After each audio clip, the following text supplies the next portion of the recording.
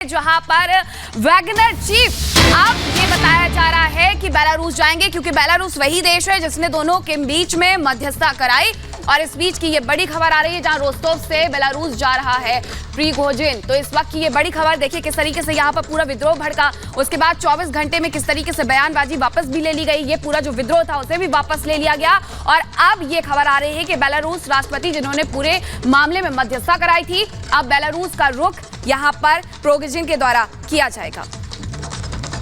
तो बेलारूस जाएगा Wagner group का चीफ की अगर हम यहां पर बात करें और किस तरह से बेलारूस की उसमें भूमिका रही है, किस तरह से मध्यस्थता उसने कराई है। और मेजर जनरल जी के बंसल जी लगातार हमारे साथ बने हुए हैं। सर, आपसे ये समझना चाहेंगे, ये ठीक है, अभी थोड़ी देर पहले भी हम यही बात कर रहे थे कि किस तरह से बेलारूस को अगर बात करें, लड़ाई के समय भी हमने देखा कि एक लॉन्चिंग पैड बतौर हमेशा से रशिया ने उसको इस्तेमाल किया है, एक प्रॉक्सी आप उसको उसका कह सकते हैं।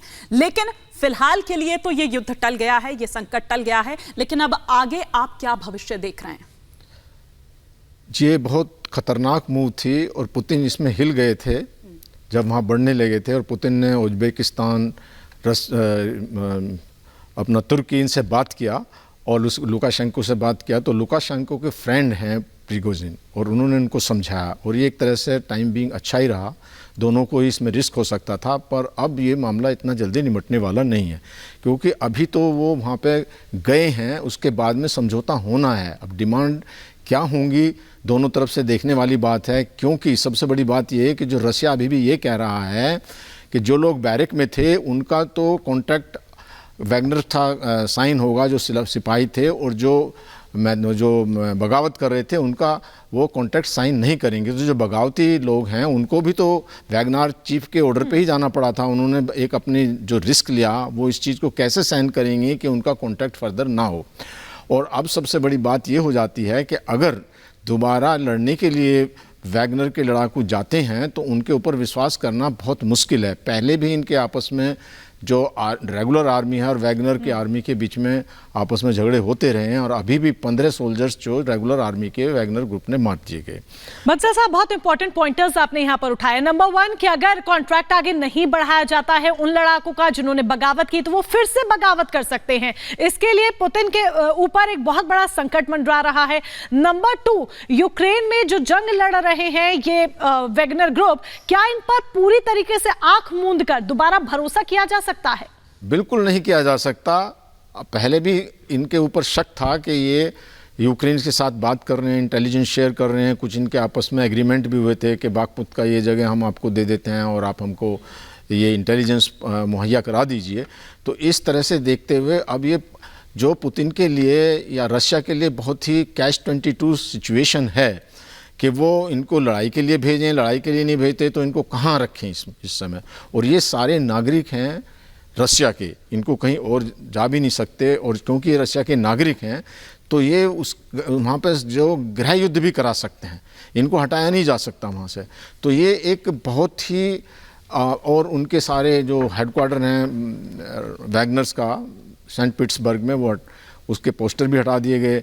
और अब लुकाशेंको को भी ये विश्वास नहीं रहेगा कि वो दोबारा रशिया में जा सकता है या नहीं जा सकता।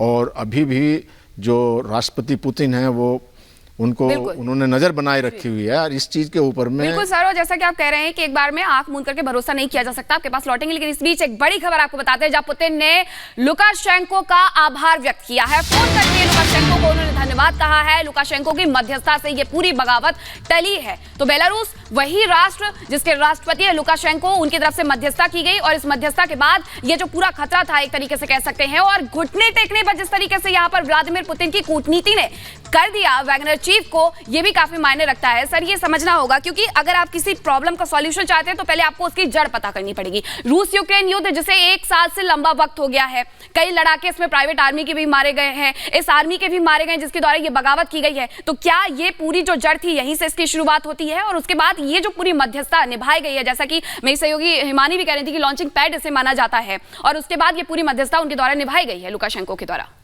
जड़ तो यहाँ से है कि बागमुत को जीतने के लिए वैगनर ने अपना सब कुछ दांव पर लगा करके उसको 6 महीने से लड़ाई लड़के जीता। तो उस दौरान जब लड़ाई लड़ रहे थे तब उनके पास में हथियार, राशन ये नहीं जा रहा था। और उसके बाद जब ये जीत लिया गया तो क्रेडिट चाहते थे प्रिगोजिन उनको मिले, लेकिन ये नहीं दिया गया। और ये कोई बगावत हम इसको एकदम सडन नहीं कह सकते। कम से कम भी 1-2 महीने से बार बार इस चीज़ को प्रिगोजिन उठाते रहे हैं, जो डिफेंस मिनिस्टर हैं रशिया के, उसके अगेंस्ट, उनकी आर्मी के अगेंस्ट, कि हमको हथियार नहीं मिल रहे हैं, हमारे जवानों को यहाँ पर मारा जा रहा है क्योंकि हमारे पास हथियार नहीं है। उस पर कभी इस चीज़ का ना डिफेंस मिनिस्टर ने ध्यान दिया। और एक सबसे बड़ी बात ये हो जाती है कि आर्मी जो रेगुलर होती है और जो आर्मी का एक अंग है, वो अपने कमांडर्स का आदेश मानने के लिए तैयार रहते हैं। अब जो वैगनर के हैं वो तो आदेश मानेंगे जो प्रिगोजिन का, लेकिन उनको आदेश देने के लिए जब कमांडर जो रेगुलर आर्मी के थे वो देते थे, तो उनको एक बड़ा एक सौतेला व्यवहार लगता था कि हमको हमारे साथ में अच्छा ना हमको अवेलेबिलिटी है और हमको लड़ाई में लगा दिया जा गया है।